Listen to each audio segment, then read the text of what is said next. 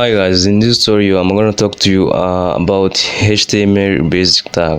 In HTML you have a commonly used tags such as the headings, the paragraph, a small and other necessary tags. So today we'll discuss all of those tags and what you need to know about HTML tags. So I'm going to come over here and then open up this text editor. So in HTML generally we have first of all, in HTML you have heading tags.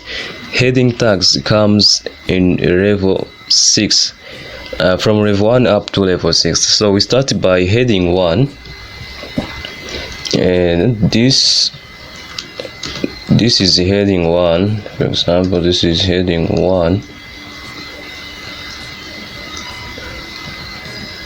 You open the heading 1 and you close it. Also we have a heading 2. This is heading 2. This is an open and close heading. Have a heading 3. This is heading 3. Also we have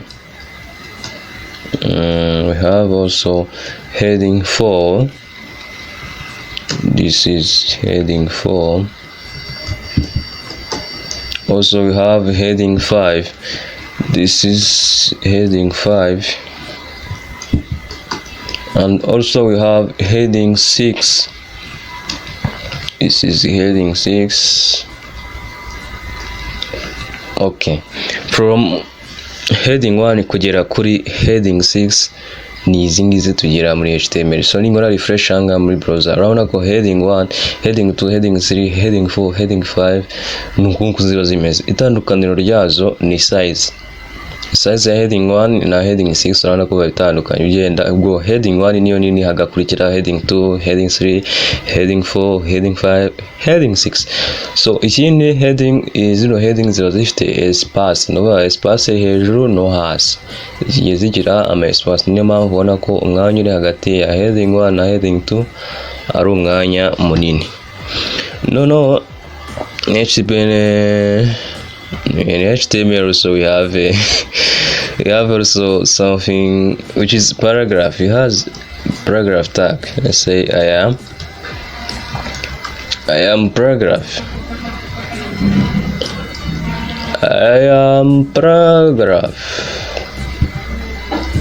Simple. I am paragraph P. It's simple. It is a paragraph. Also in HTML we use this tag to create a paragraph. Those paragraphs we used to see in different websites are written within this P tag, which defines the paragraph. So we have another tag which is, for example, let's say I want this paragraph to be underlined. We use another tag which is U tag. Say U, which tells the web browser, this U tag tells the browser that we want to display the text but underlined.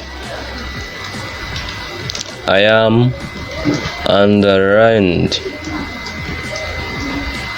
U tag. So close this U tag. You see this text is underlined. Also we have a line break tag. No kuvuga line break tag urabona ko, and then let me create another U tag right here. I am underlined, for example. Come over, hit refresh. Okay, as you can see, this I am underlined is displayed iruhande rw'undi underlined, biba displayed ku murongo.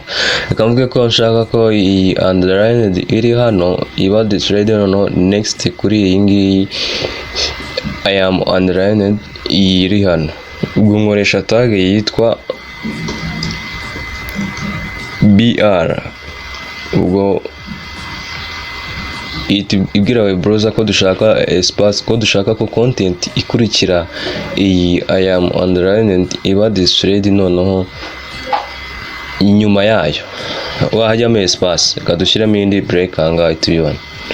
urabona ko uko nshyizemo break espace iriyongera. Icyo nicyo break noneho ikora. Let's say for example you want to have a horizontal line after all of those content. Horizontal line we use HR ibwira browser ko dukeneye umurongo uri horizontal nyuma ya content nyine ziri hejuru. Aho wayishyira hose, let's say reka tuyishyire hejuru, ibwira browser kudusirenga n'ubundi horizontal line ifite iri black, hano ko hejuru nanga irimo, ni icyo horizontal tag ikora. Then no tugira izindi tag. For example, let me come here and say paragraph. I want to be italic.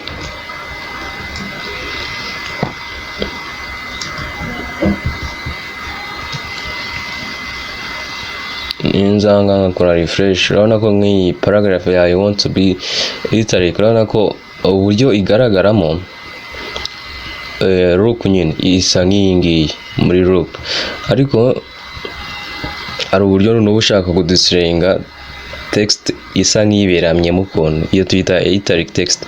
Niba dukoresha tag ya I, ubwo nayifunguye ukanayifungira aho ngaho hano.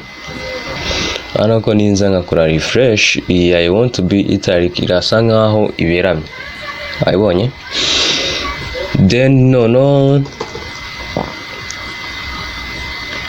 tugira, let me first clean these, all of those tags, clean all of them, and then tugaruke nanone. Let's say I want to write like 10 power 2. So for me to write a 10 power 2, we use a subscripted text. We use subscript tag. Say 10, use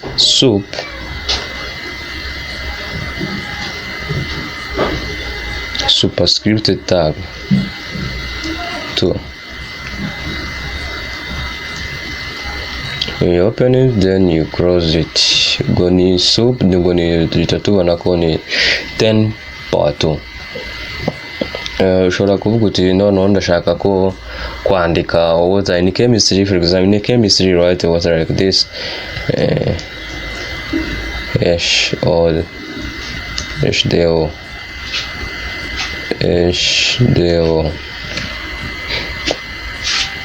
ariko iyi tu ibisa nk'igiye hasi. Dukoresha rero tag yitwa sub kugira ngo dufate iriya tu ibe displayed hasi ya hash. Dukoresha tag ya subscripted.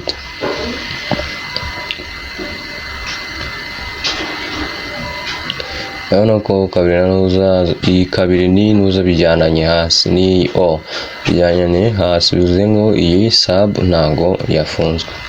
Niyifunga urabona ko noneho duhise twandika #o neza cyane. Ubwo tuvuge break. Again in HTML we have let me come here. I am different. Close this pin. Copy, then paste. Hano ko ni I am different bifite black imwe, ariko ninza hano nkavuga uti I am different ya nyuma ndashaka kuyigira ibe text ifashe. Nkoresha tag yitwa b. Iyi b idefinisa bold text, so close this b. Then when I refresh, urabona ko I am different turns out to be a bold text. Isifata black ifashe cyane. And then tugira iyi tag yitwa small, idufasha kudusirenga small text ikidufasha no gukora small text on the website. Small closer is open and close small. No kuvuga amatag nagiye mbereka harimo amatag adafunga. Nk'iyi break ya hejuru ntago igira tag ifunga, hanyuma na ya ni tag ya HR ntago igira tag ifunga. Ni tag zigira tag ingenzi zayo zizifunga. Nandi kuvuga iyi small text ni tag idufasha kudistinga small text.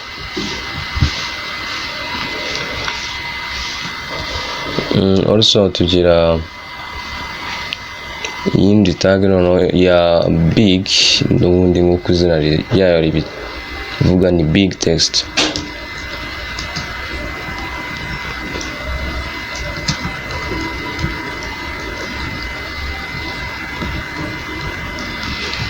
No kuvuga iyi big text ntuyibeshyeho, nubwo ari big text ariko size yayo uburyo yidistingamo butandukanye n'ubwa heading 1.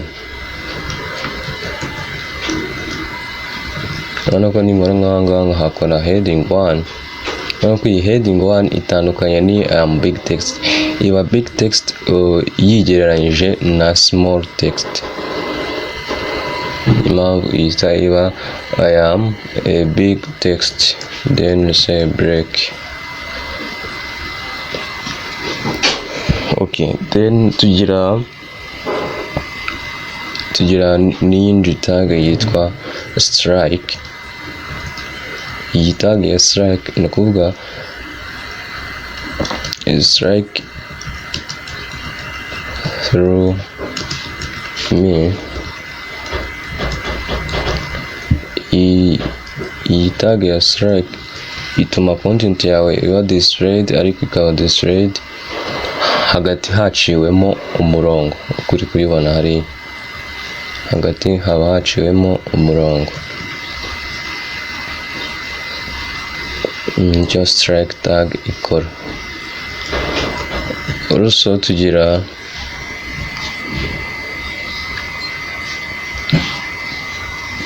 uburyo noneho wafata ziriya tag ukajya ukora nesting. Ni ukuvuga ko nesting amatag ni ugufata amatag ukajya uyishyira imwe ukayishyira mu yindi, indi nayo uyishyira mu yindi, gutyo gutyo. Div, tugira indi tag yitwa div.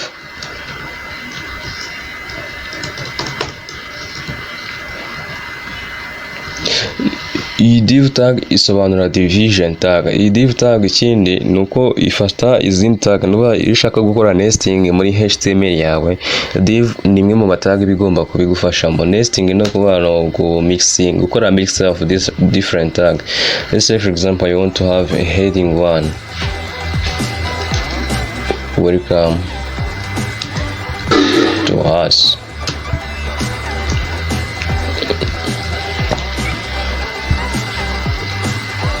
Urabona ko iyi welcome to us yaje.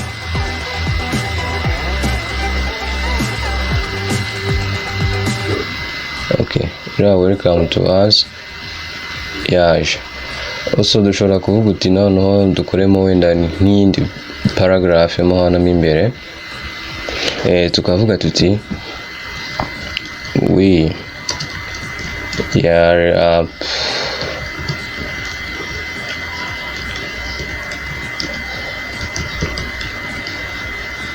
upcoming developers.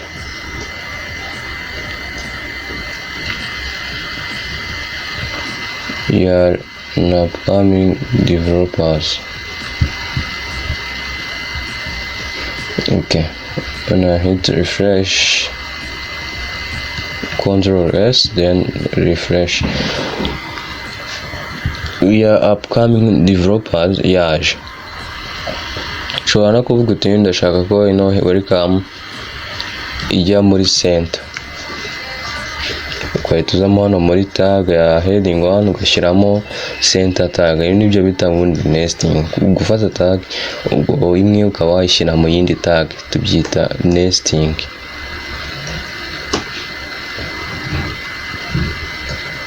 ikindi ugomba kujya witaho muri HTML ni ugukurikirana indentation yawe. Iyo mvuze indentation ni espace ibiri hano inyuma, no kuvuga byibuze urabona nk'iyi heading 1 iri gucruising iyi heading 1, iyi closing tag ya heading 1 urabona ko iringaniye neza ni opening tag. Nguko nyine bimeze, nibyo twita indentation. Ntabwo ari itegeko, ariko nyine biba byiza iyo ugiye ubikoresha kugira ngo ubashe kuba it helps you to keep track of your content manipulation. Urabona ko center, then welcome to us. Urabona ko nk'inuza aba yaje imeze neza. So thank you guys for watching. I hope you enjoyed this video. See you in the next tutorial.